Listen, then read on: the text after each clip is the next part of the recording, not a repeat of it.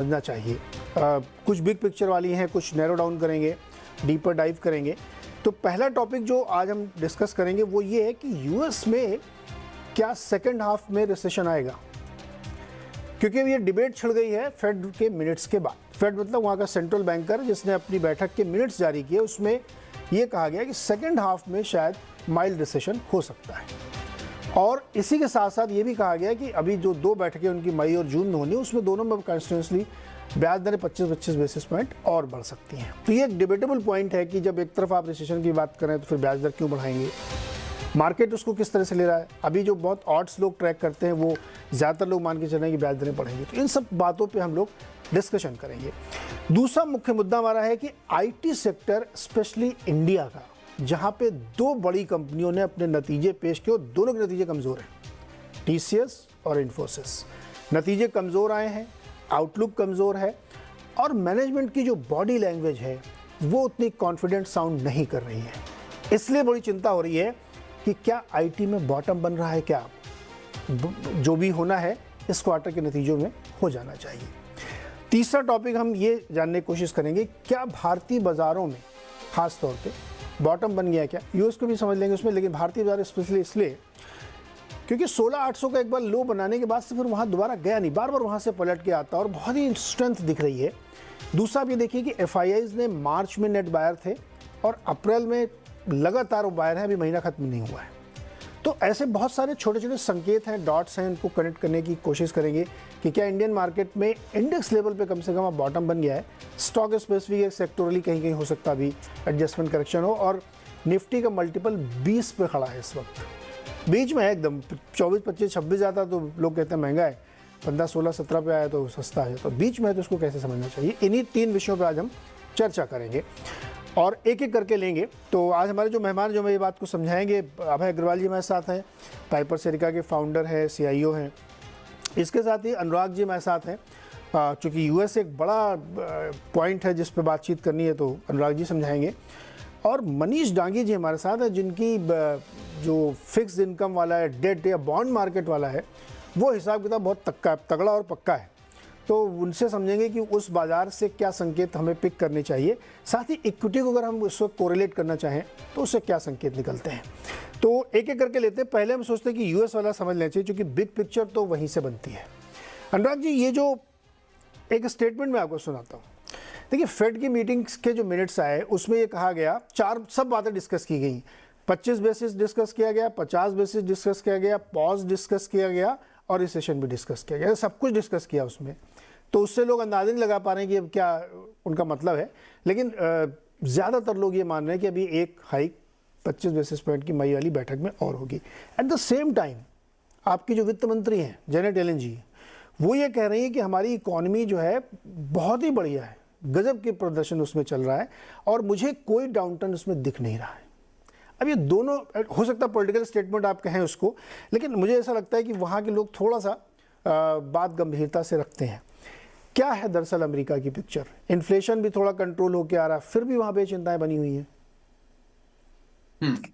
सो देखिए नीरज, हम इसमें हिस्टोरिकल कॉन्टेक्स्ट तो हम चर्चा कर चुके हैं, लेकिन फिर भी अगर आज क्योंकि कुछ समय है, एक क्विक रिफ्रेश कर लेते हैं और फिर ये 2 सिनेरियो है नीरज, मैं उसको टच ऑन करता हूँ।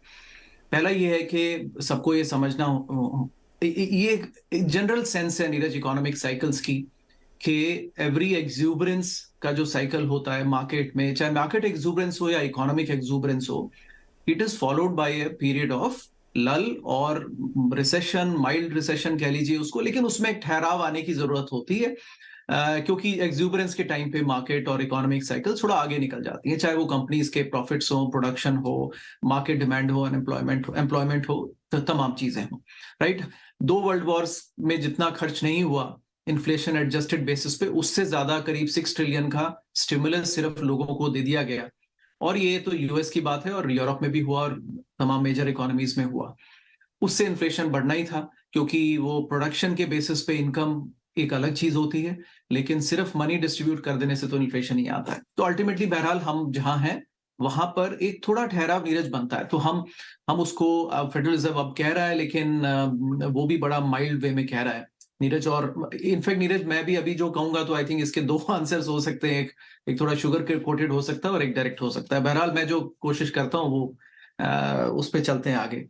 नाउ आपने नीरज एक बात की, अच्छा एक कल एक छोटा चर्चा कर लेते हैं। बफेट साहब जापान गए हुए हैं, उनसे पूछा कि एफओएमसी को क्या करना चाहिए, फेडरल रिजर्व क्या सही कदम उठा रहा है। तो उनका कहना था कि देखिए, मेरा चिंता जो है ना वो फेडरल रिजर्व से कम है। मेरी चिंता वो है जो गवर्नमेंट फिजिकल साइड में कर रही है, वहां मेरी वरी है।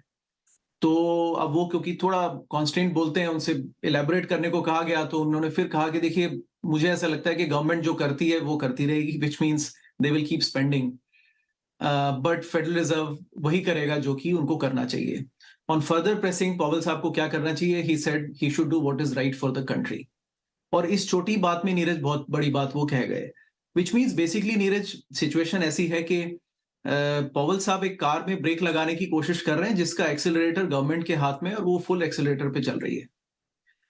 कुल मिलाकर के अगर कार को एक्सेलरेटर फुल प्रेस करो और ब्रेक भी लगाओ साथ साथ, तो गाड़ी कहीं ना कहीं क्रिस क्रॉस होके छोटा एक्सीडेंट हो सकता है। छोटा होगा बड़ा होगा समय बताएगा, बट बहरहाल एक्सीडेंट ड्यू है। So I think I'm not surprised कि रिसेशन आने वाला है। वो ऑनेस्ट व्यू है और वो आना भी चाहिए, नहीं तो ये चीजें सेटल नहीं होगी। अल्टीमेटली इकोनॉमी के लिए वो अच्छा नहीं है। क्या नहीं बदला है Neeraj, let's look at this.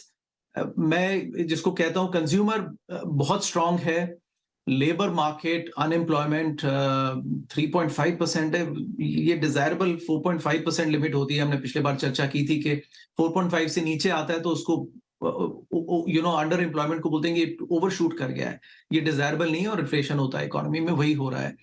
Unemployment too low and inflation is still too high and sticky. हमने सीपीआई नंबर्स देखे, एनर्जी के बेसिस पे हमें दिखा तो सही कि कम हो गया है। आप स्क्रीन पे रन भी कर रहे हैं, लेकिन उसमें अगर आप फाइन प्रिंट में जाएंगे तो सिर्फ गैस, इलेक्ट्रिसिटी, एनर्जी के प्राइसेस की वजह से वो कम हो गया। कोर इन्फ्लेशन, सर्विसेज इन्फ्लेशन बरकरार है। नॉट ओनली दिस नीरज, पिछले मार्च में पिछले साल जो इन्फ्लेशन था अभी भी वही है इन कोर एरियाज में, विच मीन्स दैट फेड की हाई का फर्क नहीं पड़ रहा है। तो कुल मिला के नीरज सिचुएशन ये है कि एक माइल्ड रिसेशन बिल्कुल एक्सपेक्टेड है और फेडरल रिजर्व 25 बेसिस पॉइंट के हिसाब से उनको चलना होगा। अभी तो उन्होंने नेक्स्ट दो हाइक्स की विजिबिलिटी दी है, but I think they will watch data as it comes. लेकिन अनुराग, पॉलिटिकली क्या ये सरकार को वहाँ सूट करेगा कि वो रिसेशन लाने दें? क्योंकि अभी जब बैंक क्राइसिस हुई तो फेड के उस डिस्कशन में आया कि हम तो 50 बेसिस करने वाले थे, मूड में थे हम 50 के, लेकिन ये बैंक वाला कांड हो गया इसलिए हमने 25 कर दिया।